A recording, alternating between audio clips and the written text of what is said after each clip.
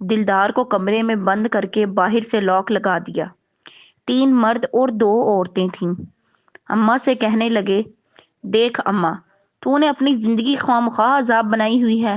تجھے کتنی بار کہا ہے چل ہمارے ساتھ شہر، وہاں تجھے اچھا گھر دیں گے، بس دلدار کو ہمارے ساتھ جانے دے۔ دلدار کو ناچنا سکھائیں گے، ہزاروں کمائے گی ہزاروں۔ اماں نے چولہے سے جلتی ہوئی لکڑی نکالی اور ان کے پیچھے دوڑنے لگی۔ کتوں کمینوں، نکل جاؤ میرے گھر سے، میں تم لوگوں کا خون پی جاؤں گی، دوبارہ یہاں آنے کی ہمت نہ کرنا۔ دروازے کے پاس بیٹھ گئی اماں۔ غریب کی بھی کوئی زندگی نہیں، کوئی عزت نہیں۔ یہ ظالم کیا سمجھتے ہیں میری بیٹی کو لے جائیں گے؟ رات گئے شانی واپس لوٹا، دروازہ کھلا تھا۔ شانی گھر میں داخل ہوا۔ اماں کمرے کے دروازے کے ساتھ ٹیک لگا کر سوئی ہوئی تھی، پاس لالٹین پڑی ہوئی ہے۔ شانی نے کھڑکی سے اندر دیکھا تو دلدار اشارہ کرنے لگی، دروازہ کھولو۔ شانی نے آہستہ سے دروازہ کھولا۔ دلدار کہنے لگی، امی کو چارپائی پر لٹا دیں۔ شانی نے اماں کو اٹھایا، چارپائی پہ لٹایا۔ اماں کو تو بہت تیز بخار ہے، اماں کو ہوش ہی نہیں ہے، اس وقت حکیم صاحب بھی نہیں آئیں گے۔ شانی بولا، میں حکیم صاحب کے پاس جاتا ہوں۔ لالٹین ہاتھ میں پکڑی شانی حکیم کے گھر کی طرف گیا۔ گھر کافی دور تھا۔ حکیم کے گھر پہنچا، دروازے پہ دستک دی۔ حکیم نے پوچھا، کون ہے بھائی اس وقت؟ شانی نے بتایا، میں ڈاکیا ہوں شانی۔ حکیم نے دروازہ کھولا، بھائی اس وقت خیر سے آنا ہوا؟ شانی نے بتایا، وہ اماں سکینہ کو بہت بخار ہے، کیا آپ میرے ساتھ چل سکتے ہیں؟ حکیم بولا، سکینہ بہن کی بیماری کا مجھے پتا ہے، یہ دوا دیتا ہوں آپ کو، ان کو دودھ کے ساتھ کھلا دینا، ٹھیک ہو جائیں گی۔ دلدار دروازے کی طرف دیکھ رہی تھی، پریشان تھی۔ اتنے میں لالٹین دکھائی دی، دور سے آتی ہوئی۔ شانی آیا، دلدار اماں کو دودھ کے ساتھ یہ کھلا دو۔ دلدار نے اماں کو دوا دی۔ شانی اپنے کمرے میں گیا۔ دلدار پاس آئی، معاف کرنا، ہماری وجہ سے آپ پریشان ہوئے۔ شانی مسکرایا، کوئی بات نہیں۔ شانی نے پوچھا، کھانے میں کچھ ہے کیا؟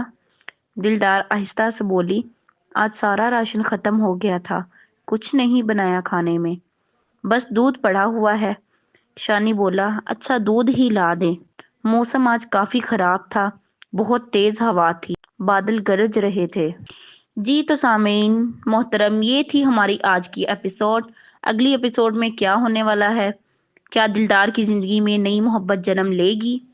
کیا شانی واقعی ہی ماں بیٹی کو قبول کر پائے گا یا کوئی اور طوفان ان کے راستے میں کھڑا ہے؟ اپنی رائے کمنٹ باکس میں ضرور دیں تاکہ ہم آگے کے ایپیسوڈ مزید بہترین انداز میں لکھ سکیں۔ شکریہ۔